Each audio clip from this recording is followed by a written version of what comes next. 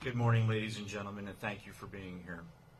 I would like to provide a summary of the training accident that occurred last night involving aircraft from the 101st Airborne Division. At approximately 10 p.m. last night, two of our Black Hawk helicopters were involved in a crash during a planned training flight in Cadiz, Kentucky, that resulted in the death of all 9 service members aboard the aircraft. On behalf of Major General McGee and Command Sergeant Major Knapp, who are currently deployed to Southeast Europe, I would like to express our deepest sympathies to the families of our fallen soldiers. We are currently in the process of notifying their families. Until these notifications are complete, we are unable to provide specific details about our soldiers. We appreciate your patience and respect of the process, and we will provide additional details once all family members are notified. I would like to thank the first responders from Trigg County and the Kentucky State Police for the rapid and professional response and for their continued support. The Army has deployed an aircraft safety team from Fort Rucker, Alabama, who will arrive later today and will immediately initiate an investigation to help us understand what caused this crash in order to prevent accidents like this from happening again. This is a truly tragic loss for our families, our division, and Fort Campbell, and our number one priority is caring for the families and the soldiers within our Combat Aviation Brigade. Our entire Fort Campbell community is surging resources in support, and our thoughts and prayers are with these families and these soldiers during this difficult time. Ladies and gentlemen, Governor Beshear would like to deliver some short remarks.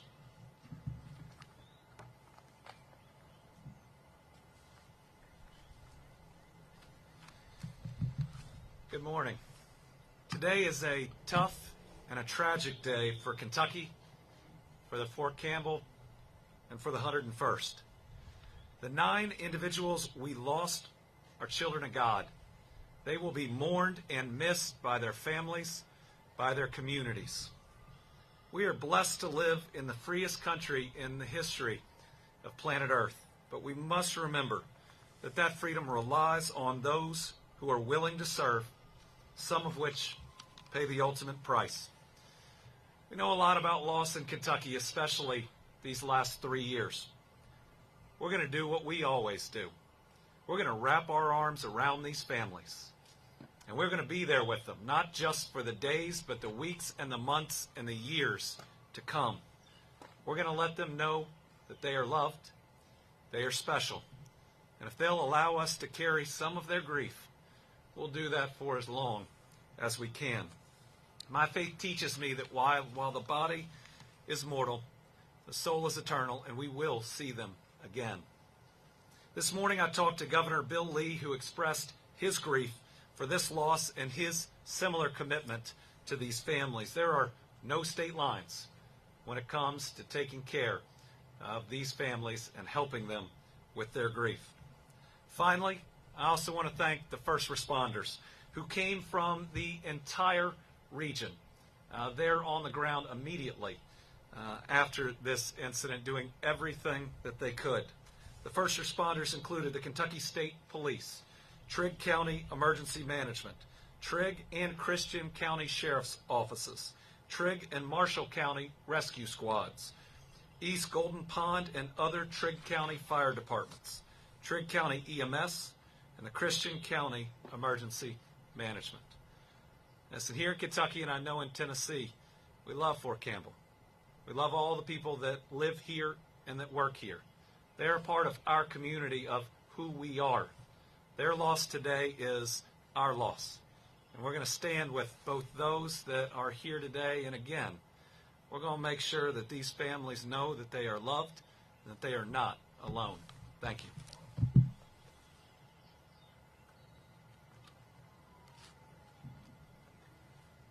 Ladies and gentlemen, I'm prepared to answer your questions.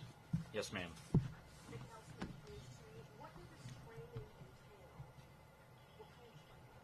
Yes, ma'am. This was a training progression, and specifically they were flying a multi-ship formation, 2 ships under night vision goggles at night. Yes, sir. Michael Ward with Channel 4 folks aren't familiar with the training exercises, is it typical to have that many people on a helicopter? Was it 5 and 4, or how many were on each helicopter? And is it typical to have that many on a helicopter in that sort of training exercise? Yes, sir. It was 5 and 4, and that is fairly typical. There's a pilot, a co-pilot, a crew chief, and then often you'll have medics or other personnel on the aircraft as well.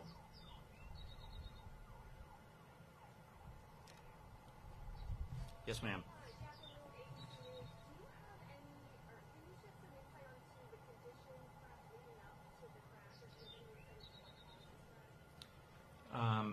We have a safety team coming from Fort Rucker, Alabama, who specialize in aircraft safety and specifically these investigations.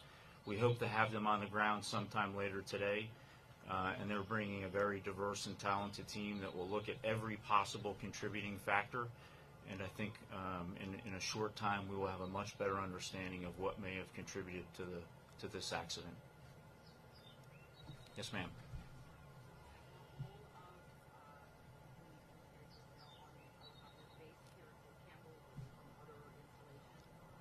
Yes, ma'am, thank you. They were all based at Fort Campbell in the 101st Airborne Division.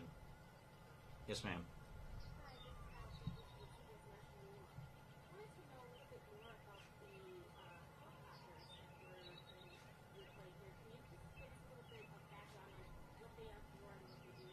Yes, ma'am. They were a variant of the Black Hawk. In these specific aircraft were medical evacuation aircraft. However, we believe that they were the accident occurred when they were doing flying, not deliberate medical evacuation drills. Correct. Yes, ma'am. Yes, ma'am. At this point, we don't know. We're hopeful that when we get the team from Fort Rucker here and they're able to pull some of the data out of the onboard computers, that we'll have a better understanding of exactly what happened. Yes, ma'am. Was there any sort of signal at radio for help or anything like that leading to that? No, ma'am. Yes, ma'am. Could you describe the location as to where the crash happened? Was it in any proximity to residential property? Yes, ma'am. Despite our losses, we were lucky because they were able to land in an open field across from a residential area. So thankfully there were no additional casualties or injuries as a result of the aircraft crash.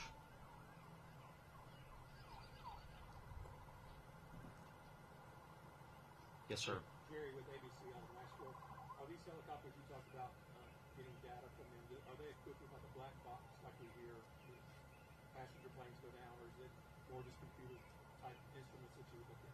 Yes, sir. They do have something very similar to the black boxes that we see on the larger aircraft, and we're hopeful that that will provide quite a bit of information of what occurred. Yes, ma'am.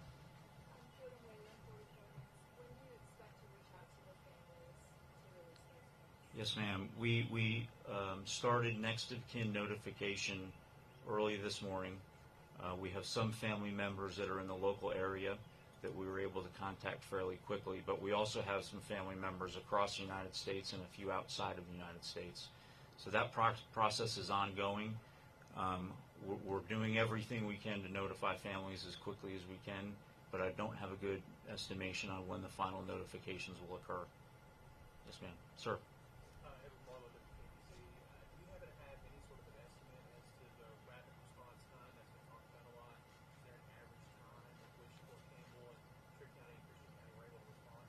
Yeah, I don't have an actual response time, but I will tell you that we know that they responded incredibly quickly and immediately established communication with our leadership here at Fort Campbell, and then jointly we were able to secure that location and get the right folks there to start helping at the site. Yes, ma'am.